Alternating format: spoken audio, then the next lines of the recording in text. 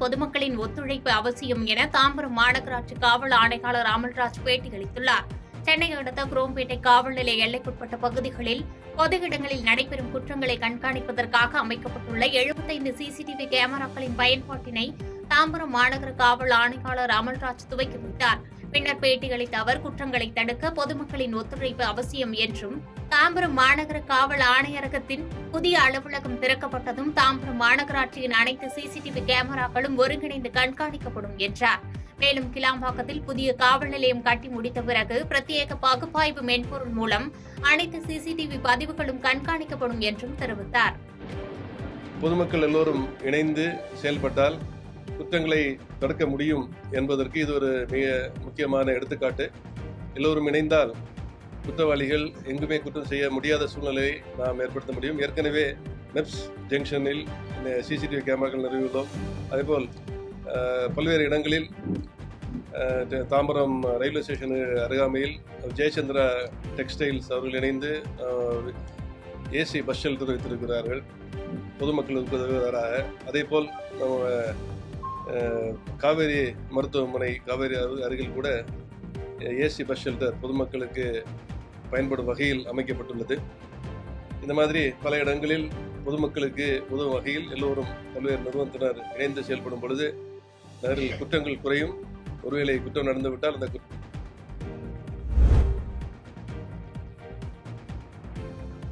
உதகை பள்ளிகளில் குரங்குகளின் தொல்லை அதிகரித்து வருவதால் குரங்குகளை பிடித்து வனப்பகுதிக்குள் விட மாணவர்களின் பெற்றோர்கள் கோரிக்கை வைத்துள்ளனர். நீலகிரி மாவட்டம் உதகை மேரிஸ்கீழ் பகுதியில் அமைந்திருக்கும் தனியார் பள்ளியில் குரங்குகளின் தொல்லை நாளுக்கு நாள் அதிகமாகி பள்ளி குழந்தைகளுக்கு அச்சுறுத்தும் வகையில் நடந்து கொள்வதாக பொதுமக்கள் அச்சம் தெரிவித்துள்ளனர். எனவே வனத்துறையினர் உடனடியாக நடவடிக்கை எடுத்து குரங்குகளை பிடித்து வனப்பகுதியில் விட வேண்டும் என பள்ளி நிர்வாகம் மற்றும் மாணவர்களின் பெற்றோர் சார்பில் கோரிக்கை வைத்துள்ளனர்.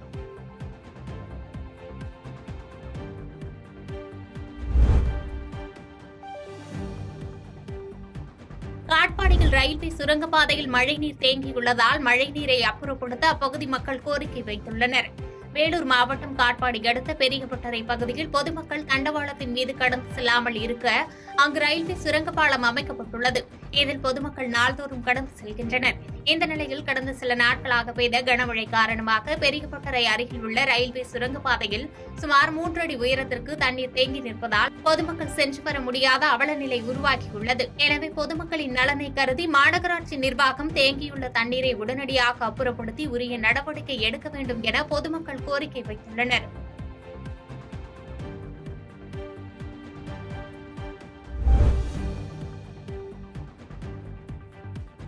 பள்ளி மற்றும் அங்கன்வாடி ரேஷன் கடைகளில் உங்களை தேடி உங்கள் ஊரில் திட்டத்தின் முகாமில் கூடுதல் ஆட்சியர் ஸ்வேதா கள ஆய்வு மேற்கொண்டார். கோவை மாவட்டத்தில் உள்ள ஊராட்சியில் உங்களை தேடி உங்கள் ஊரில் திட்டத்தின் கீழ் அரசின் திட்டங்கள், சேவைகள், செயல்பாடுகள் குறித்து ஒவ்வொரு மாதமும் 4வது புதன்கிழமை முகாம் நடைபெற்று வருகிறது. அதன் அடிப்படையில் இன்று ஸ்வேதாஸ்மன் கூடுதல் ஆட்சியர் தலைமையில் இன்று மதுக்கரை ஊராட்சி ஒன்றியம் போடிப்பாளையம் கிராமத்தில் முதலமைச்சரின் சிறப்பு திட்டத்தின் கீழ் நடக்கும் முகாமில் அப்பகுதி மக்கள் கூடுதல் ஆட்சியரிடம் மனுக்களை அளித்தனர். மேலும் கூடுதல் ஆட்சியர் ஸ்வேதா சுமன் இந்த கிராமத்தில் இருக்கக்கூடிய ரேஷன் கடை, அங்கன்வாடி, நூலகம், தண்ணீர் தொட்டி, பள்ளிக்கூடம், அங்கன்வாடி இவற்றையெல்லாம் அதிகாரிகளுடன் சேர்ந்து கள ஆய்வு மேற்கொண்டார்.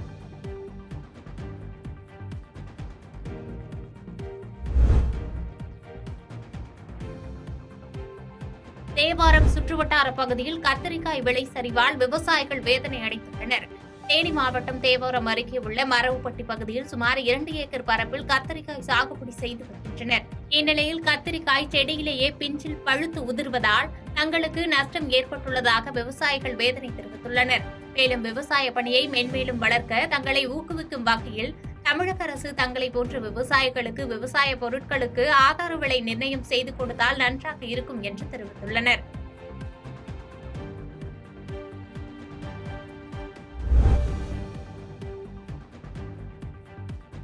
மாங்காடு வெள்ளீஸ்வரர் கோவில் பிரம்மோற்சவ விழாவை முன்னிட்டு தேர் திருவிழா நடைபெற்றது. காஞ்சிபுரம் மாவட்டம் மாங்காட்டில் பிரசித்தி பெற்ற வெள்ளீஸ்வரர் திருக்கோவில் அமைந்துள்ளது. இந்த கோவிலில் பிரம்மோற்சவ விழா கடந்த 13ஆம் தேதி கொடியேற்றத்துடன் தொடங்கிய நிலையில் ஒவ்வொரு நாளும் சிறப்பு பூஜைகள் செய்யப்பட்டு வெள்ளீஸ்வரர் அலங்காரத்துடன் பக்தர்களுக்கு காட்சியளித்து வந்தார். இதனை அடுத்து 7ஆம் நாளான இன்று தேர் திருவிழா நடைபெற்றது. இந்நிலையில் கோவிலின் பரம்பரை தர்மகர்த்தா மணலி சீனிவாசன் தேரினை வடம் பிடித்து இழுத்து தேர் திருவிழாவை தொடங்கி வைத்தார். இதனையடுத்து தேரானது குன்றத்தூர் மாங்காடு சாலை மற்றும் கோவிலின் முக்கிய 4 மாட வீதிகளின் வழியாக ஊர்வலமாக இழுத்து செல்லப்பட்ட போது அங்கிருந்த பொதுமக்கள் வெள்ளீஸ்வரரை வழிபட்டனர். தேர் திருவிழாவை ஒட்டி மாங்காடு போலீசார் பாதுகாப்பு பணியில் ஈடுபட்டிருந்தனர்.